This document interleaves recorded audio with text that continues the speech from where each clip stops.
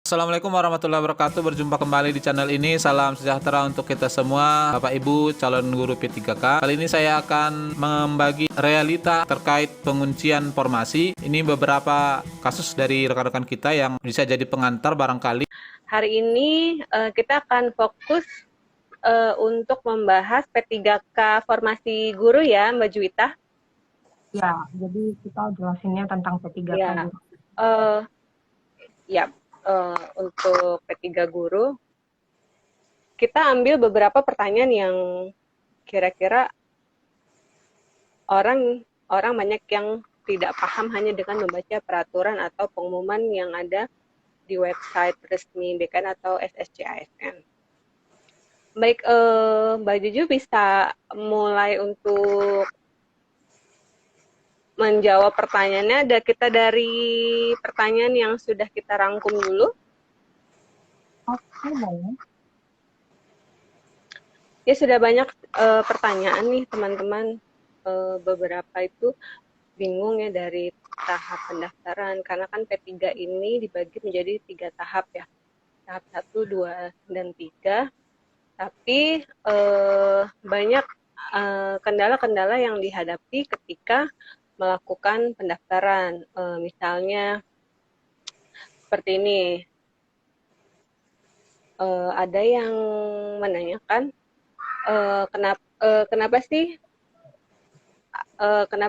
P3K guru ini hanya untuk teman-teman yang sudah terdaftar di Dapodik. Mungkin bisa dijelaskan dari yang itu dulu ya, Mbak Juju.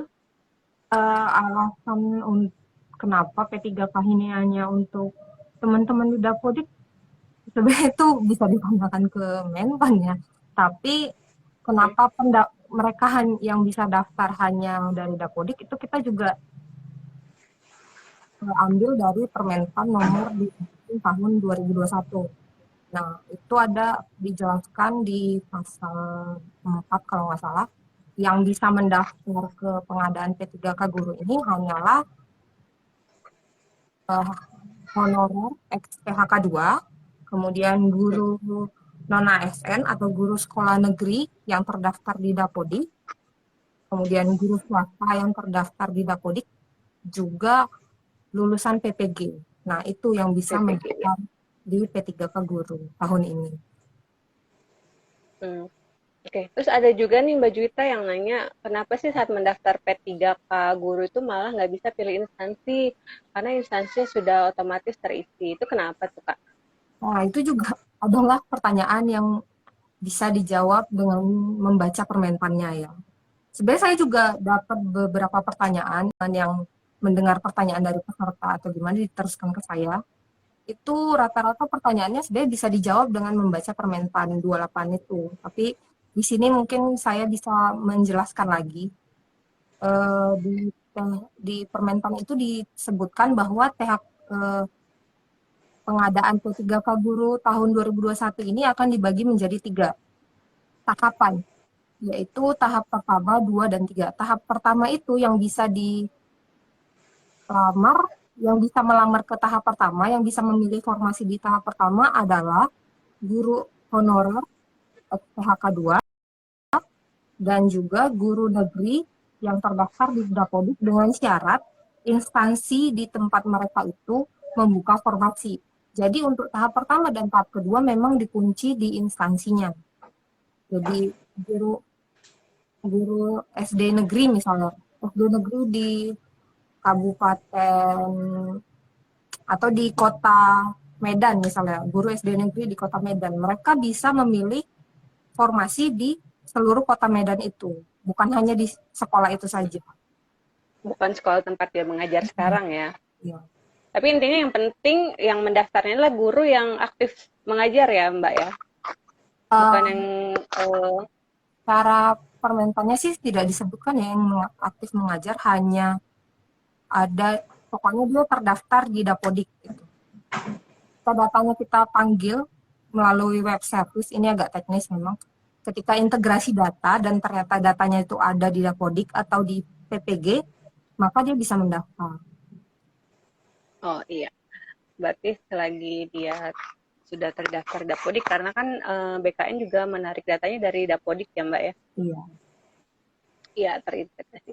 Terus kalau untuk guru swasta yang tidak dapat memilih instansi dan formasi, apakah unggah dokumennya mengikuti portal SSCM tuh Mbak? Nah, ya, jadi guru swasta juga guru lulusan PPG itu adalah peserta di tahap kedua nanti. Jadi setelah tahap pertama ini selesai, ujiannya sudah dilakukan, sudah ada pengumuman kelulusan. Nah, akan dibuka tahap kedua. Dan siapa yang bisa ikut tahap kedua ini adalah guru yang tidak lulus tahap pertama, ditambah dengan guru lulusan PPG dan guru swasta di instansi tersebut. Jadi masih di instansi yang sama, belum bisa memilih instansi.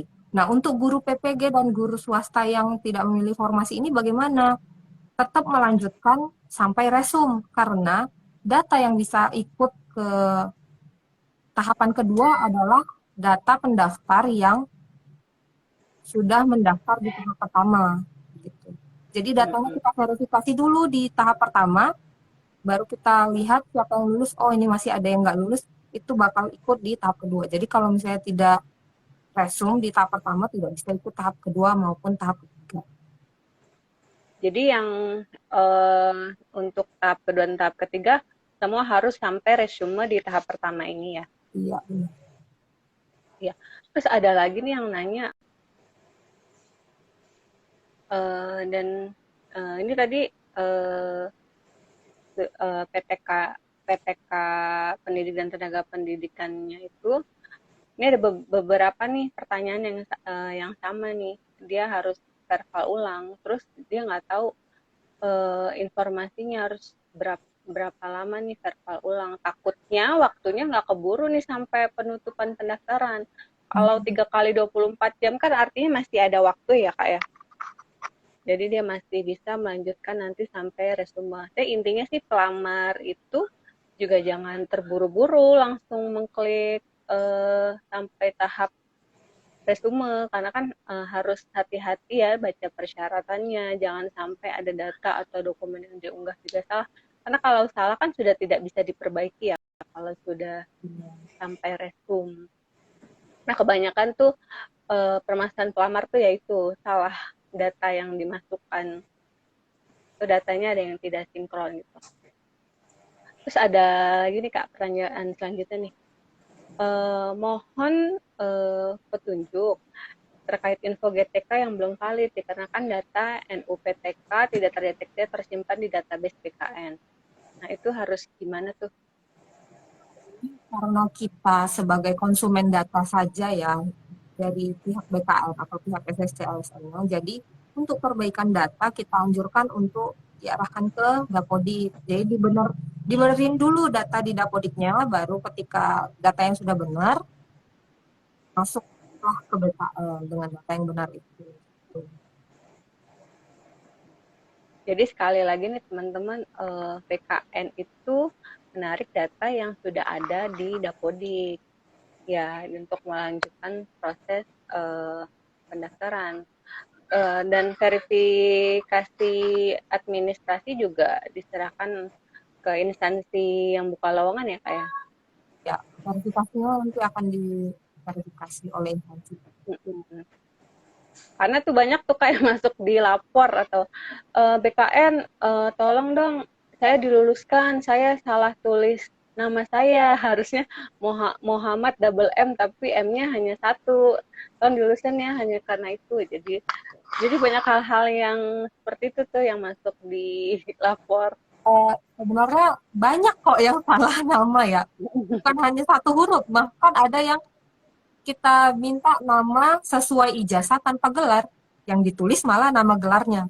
Tapi itu kita anjurkan kepada verifikator supaya tidak menjadi alasan tidak valid. Nama atau tempat lahir, itu banyak juga yang salah tempat lahir malah isinya nama yang bersangkutan gitu. Jadi mungkin pendaftarnya ini buru-buru, takut internetnya mati atau gimana, jadi buru-buru hilaf ya. Ya itu kita biarkan saja kalau data seperti itu ya, jangan sampai menjadi tidak valid KTP-nya misalnya. Tapi nanti kan kalau misalnya lulus ada pengisian DRH, di situ bisa dibenerin namanya. Semoga sih di situ nggak Mm-mm. salah lagi gitu. Karena bukan kesalahan yang cukup cukup signifikan juga ya, hanya hanya penulisan salah penulisan huruf. Oke, lanjut ke pertanyaan berikutnya nih. Ada yang bertanya, dia honorer di sekolah swasta nih, tapi dia juga merangkap di sekolah negeri. Apakah tidak bisa mendaftar P3 tahap 1, sedangkan di sekolah negeri tempat dia mengajar tuh buka formasi sesuai kualifikasi pendidikan dia nih. Tapi data Dapodik yang muncul itu hanya sekolah swasta tempat dia mengajar. Terus gimana ya? Kalau begini ya kembali lagi kita arahkan agar memperbaiki datanya di Dapodik terlebih Mm-mm. dahulu. Bilang ke Dapodik, ini saya harusnya yang terdaftar sebagai guru negeri gitu. Jadi ketika ditarik datanya, oh ini guru negeri. Tapi jangan sampai guru swasta terus dilanjutkan sampai resum itu nggak bisa diperbaiki lagi ya. Kalau sudah resum kita tidak ada lagi tarik data dari Dapodik atau perbaharuan data dari Dapodik gitu. Jadi jangan terburu-buru resum kalau misalnya memang datanya tidak benar. Dipastikan datanya Ini kasusnya juga cukup unik ya. Dia mengajar di dua sekolah, benar. yang satu sekolah negeri, satu sekolah swasta. Dia mau daftar sekolah negeri, tapi ketika datanya muncul di Dapodik itu terdaftarnya dia guru swasta. Tetap harus dicek lagi ke Dapodiknya ya, Kak.